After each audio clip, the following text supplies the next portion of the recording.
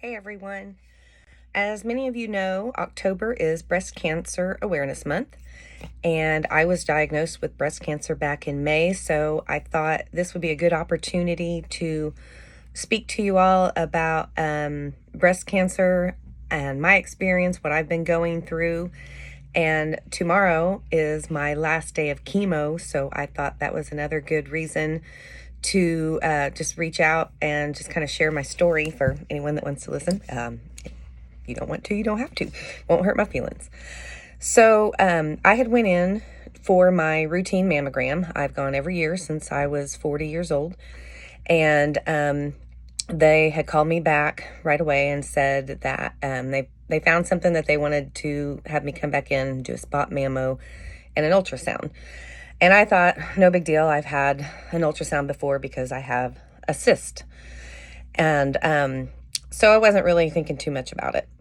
So they had me come in the next day, and the radiologist talked to me on the phone because they're a contract, an outside radiologist.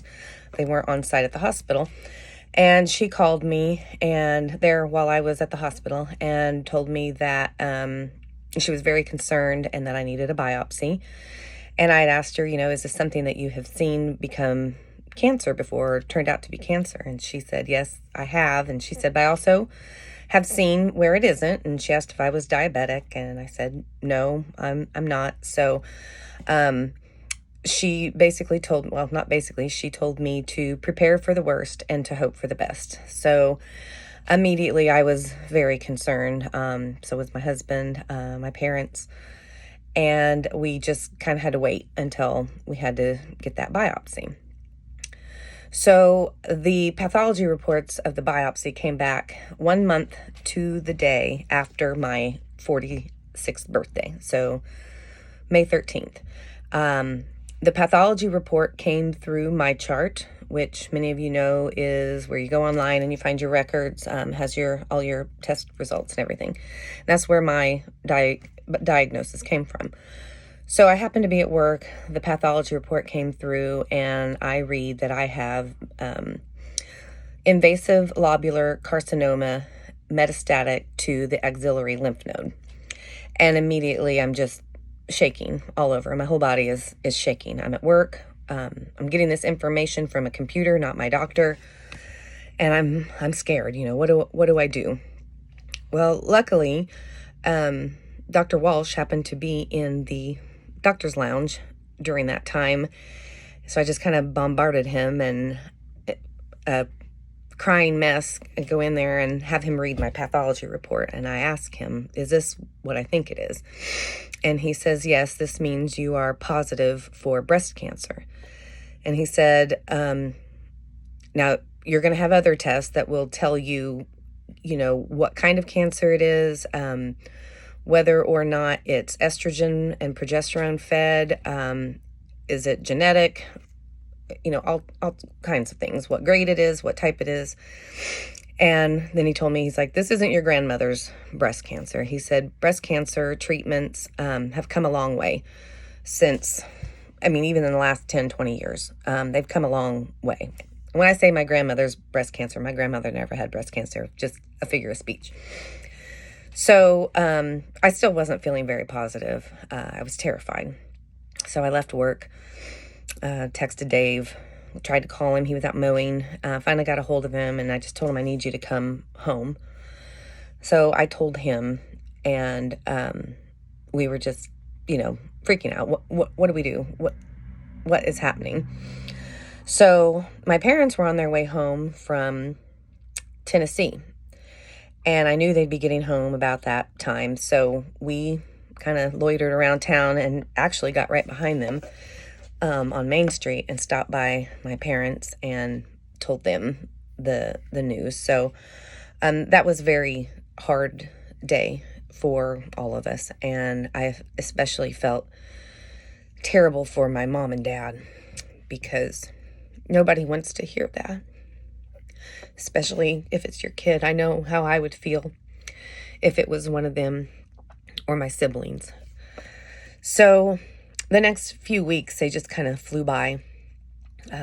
met with radiologists, met with my oncologist. I got a lovely port put in, but we finally found out a treatment plan.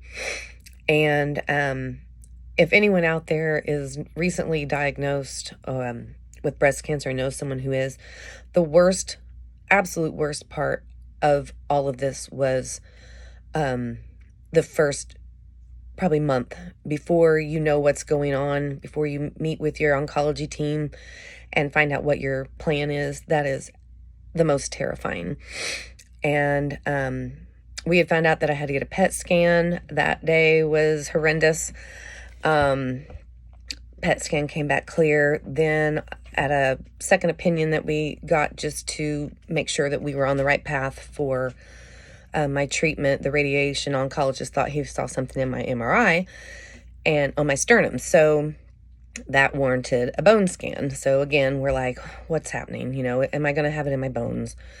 And luckily that also came back negative. And then I started thinking, okay, it's just breast cancer in a lymph node, but you know, one breast, I can do this. This is doable. It's not in my whole entire body.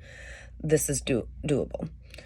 So like I said, I have invasive lobular carcinoma with METs to one lymph node, which it's a regional lymph node. It hasn't metastasized anywhere else outside the body. So I'm clinically what's called stage 2B. And I have been responding very well to my chemo. I had a total of 5 months of chemotherapy.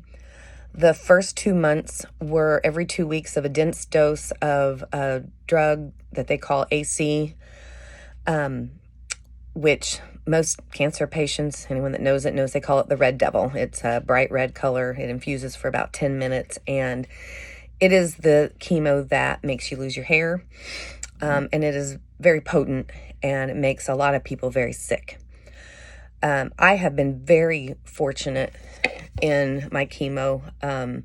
I've hardly had any terrible side effects. The most I've had is nausea, fatigue. I'm pretty tired a lot. Of course, the hair loss.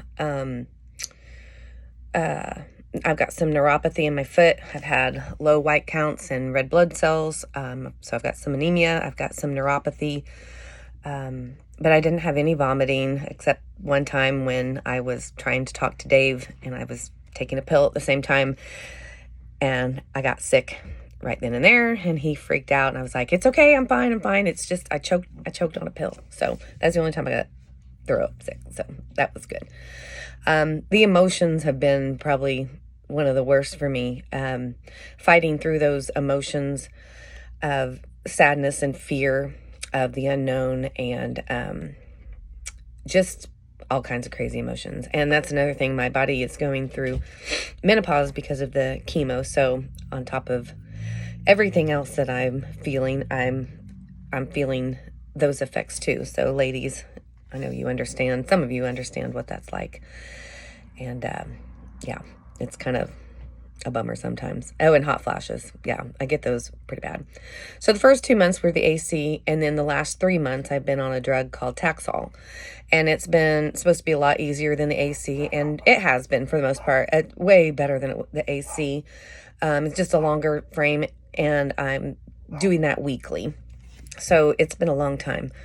But I can say that going to chemo has started kind of being almost comforting to me, because I know that my chemo is working. My tumor is shrinking. They can't even really feel the one in my lymph node anymore. So it's no longer enlarged. So those are very good positive things. And then, as my friends all know, I love the liquid Benadryl because it makes me very sleepy. And so that's my favorite part about chemo is Benadryl and the Butterfingers. I do like to eat Butterfingers that my parents get me. So I'm finishing that up tomorrow, and I'm ready to ring that bell and move on to the next step. And I have surgery scheduled, so I'm doing a double mastectomy, and then I will start radiation. I'll do that for 5 to 6 weeks daily, except for weekends, and that is to ensure that they get any other cancer cells that may be floating around out there in my body. So when they do my mastectomy, that should remove all the cancer. And then I will be hopefully declared no evidence of disease, which is kind of like remission, but better, I'm hoping. I don't know. I think they're kind of the same thing. Hard to say because I don't know. But so I still have a ways to go, but I think the worst part is over. It's behind me.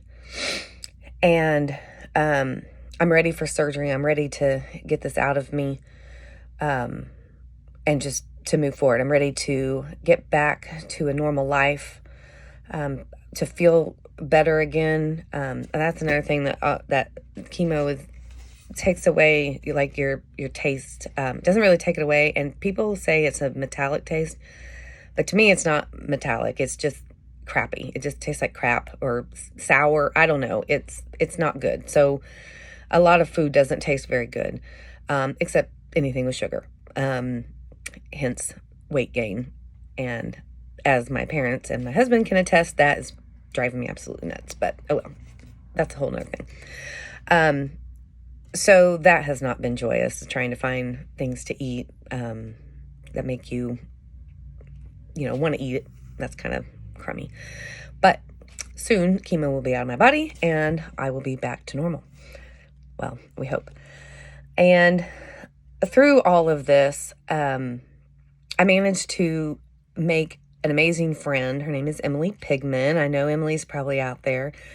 And she lives in Georgia. We met on a Facebook support group, and she has been absolutely amazing. It has been great to go through this alongside somebody. We started chemo at the same time. We shaved our heads the same time.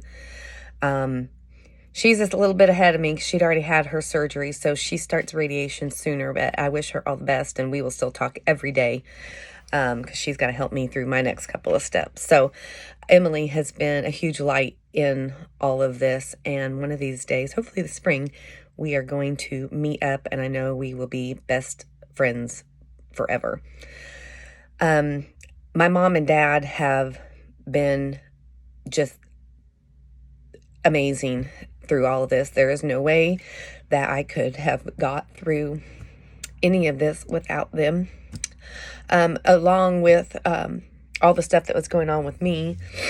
As many of you know, Dave was diagnosed with melanoma and ended up having to have part of his ear removed and a sentinel node biopsy. And then 2 weeks after that, he had a heart attack. And Mom and Dad were there for both of us through all of that. And words cannot ever express how much I love them and how much their love and support has meant to me. And my brother and my sisters. And I say sisters because I've got my sister Angie and my sister-in-law Brooke, who is like a sister. And of course, my little brother Jeremy. They've been amazing also, always reaching out, sending positive quotes and just checking in to see how things are going. It's been amazing.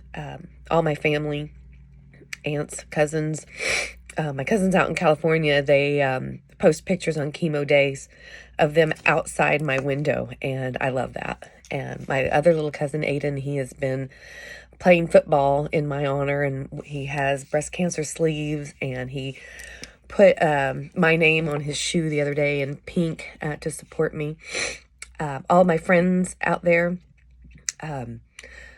they've shown so much support through texts and snaps, and I've got gifts, I've got donations. The Byerlys did the shirt fundraiser for me, which was awesome. Nika Hanna did another shirt fundraiser. I had 2 young little girls, one with a lemonade stand and one had her birthday gifts donated to me, and Chris Stifle. There's so many amazing people out there that I never would have come across if I hadn't went through all of this.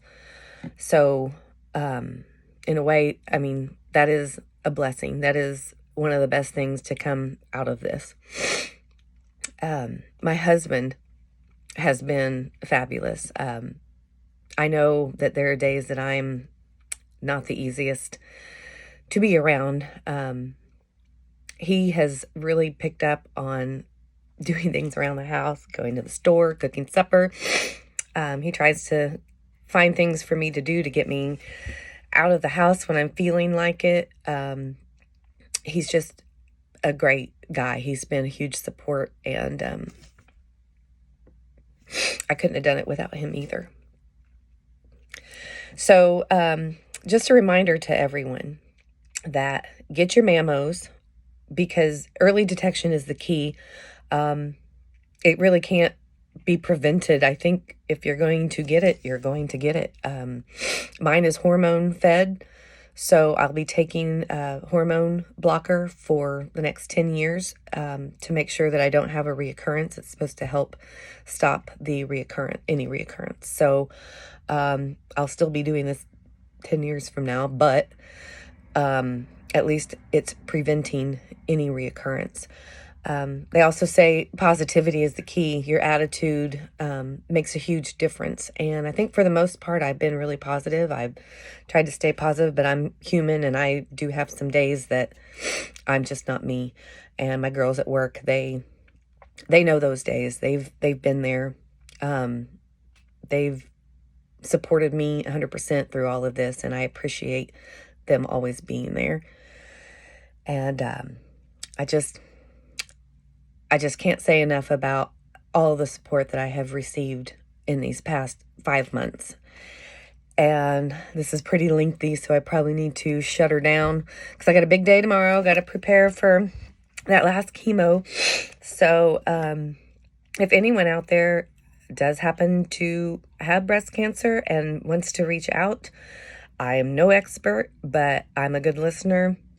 I'd be happy to be support for you. And in the end, after all this, that's one thing that I hope that I can do for people, is to provide them some kind of support like my pink sisters out there have given to me. I had several in Robinson that reached out to me when this first happened in those dark, dark days. And they've been just a huge help to me through all of this. So I hope I haven't forgot anyone. This is all off the cuff. I have not planned any of this. This is just talking, being real. And I will show you another exciting thing. I don't know if you can tell in this light, but I am growing some hair. I think you might be able to see it. See it? It's probably going to be white, but it's there. And I'm glad it's coming back. But until it does, I'm wearing turbans because I don't think I can go out with this hair like that. But well, anyway, thank y'all for listening. And be sure to watch for Andy's last. Andy goes to chemo tomorrow when I ring that bell.